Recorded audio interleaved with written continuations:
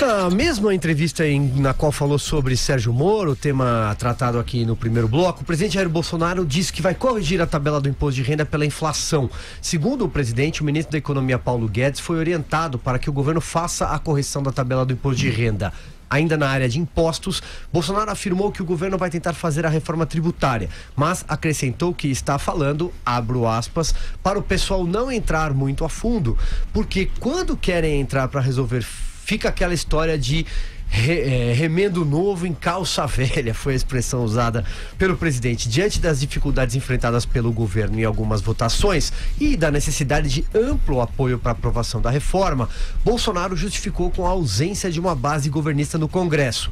De acordo com o presidente, o Planalto não está formando uma base aliada para facilitar a aprovação das medidas, uma vez que as bases formadas pelos últimos governos foram marcadas por troca de favores entre executivo e legislativo. Começo agora com você, Andreasa.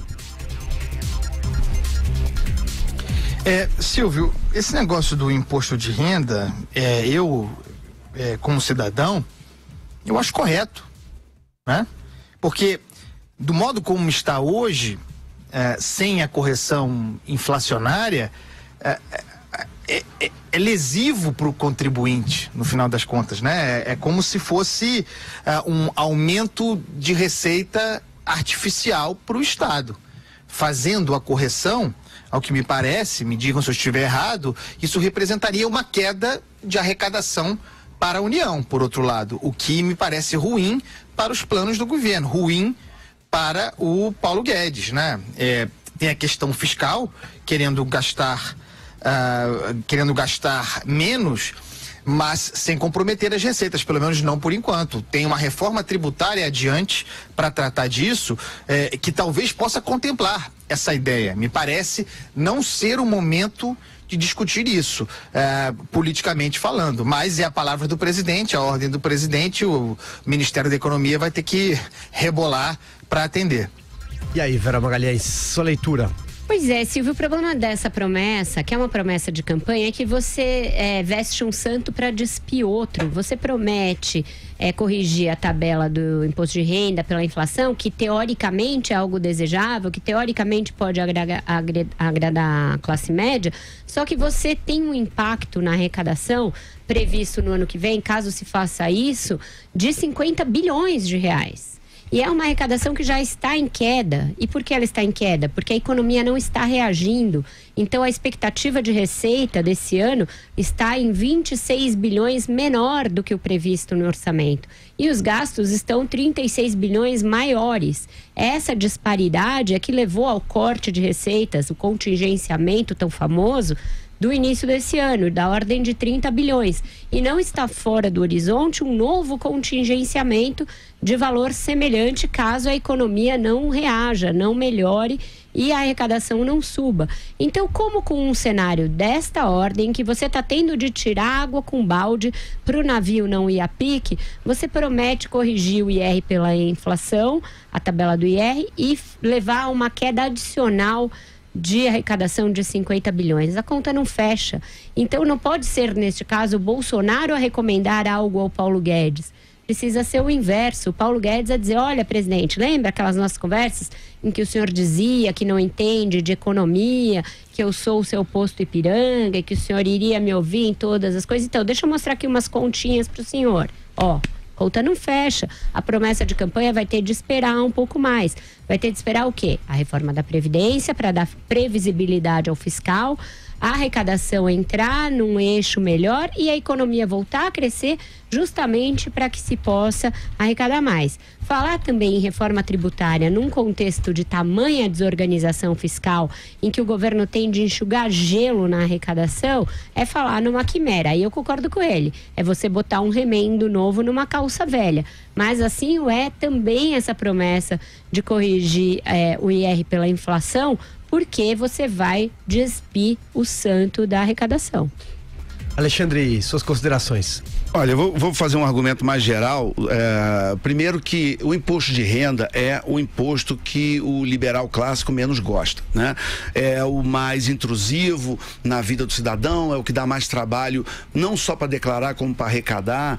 Então, no liberalistão, num país virtual utópico, nem haveria imposto de renda, o que, aliás, é um fenômeno em termos históricos relativamente recente. Os Estados Unidos, por exemplo, tem 100 anos, nem isso. Então, os impostos também que são... Claro que a gente imagina quanto menos imposto melhor, mas dentro da natureza dos impostos, o imposto de renda realmente ele é muito questionado na literatura liberal.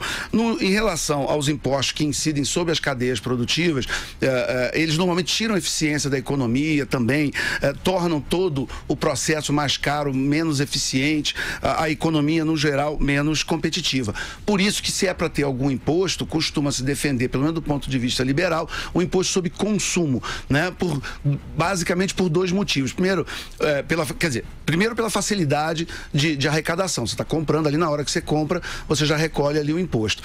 Segundo, ele é um imposto que, em tese, tem pelo menos em parte, ele é voluntário. Por quê? Porque você pode evitar. Se você não consumir, você não paga. E quanto mais você consome, mais você paga. Então tem pelo menos em parte, no ato do consumo, você está pagando o imposto, tem pelo menos em parte, uma vontade do contribuinte, que essa palavra, que é um eufemismo também, é quase uma piada chamar o pagador de impostos, né? Que nos Estados Unidos é o taxpayer, né? O pagador de impostos, mas aqui é contribuinte, né? Como se a gente contribuísse por vontade própria.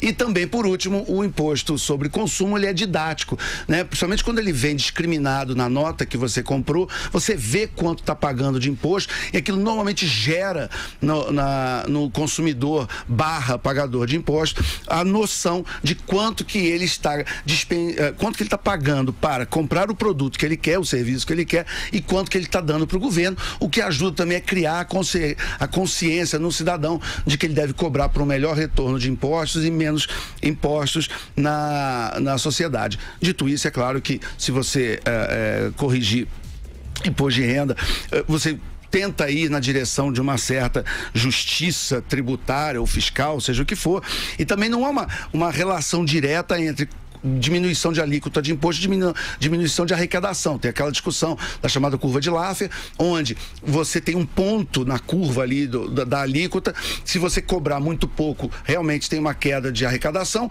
mas a partir de um certo índice, aí os teóricos discutem 25, 30, 40, enfim, a partir de um certo ponto começa a valer a pena sonegar, começa a valer a pena não declarar e fugir do fisco. E aí a arrecadação volta a cair. Então tem ali um ponto das alíquotas e da carga tributária, e no Brasil especificamente uma carga muito alta, calcula-se 35, 40 do PIB, aí as discussões vão variar conforme a metodologia de aferição, mas já é uma carga tributária muito alta. E não é mistério ou surpresa para ninguém que, com a quantidade de impostos que o brasileiro paga e mais o número de impostos, a complexidade, a quantidade de horas gastas para recolher, coisas mais simples. Você tem uma empregada doméstica em casa para fazer aquele e-social e preencher e declarar. É tudo uma loucura, é uma dor de cabeça. Então, qualquer também movimento para simplificação e diminuição, muitas vezes não diminui a arrecadação. Pelo contrário, as pessoas até se sentem mais incentivadas a irem para a formalidade.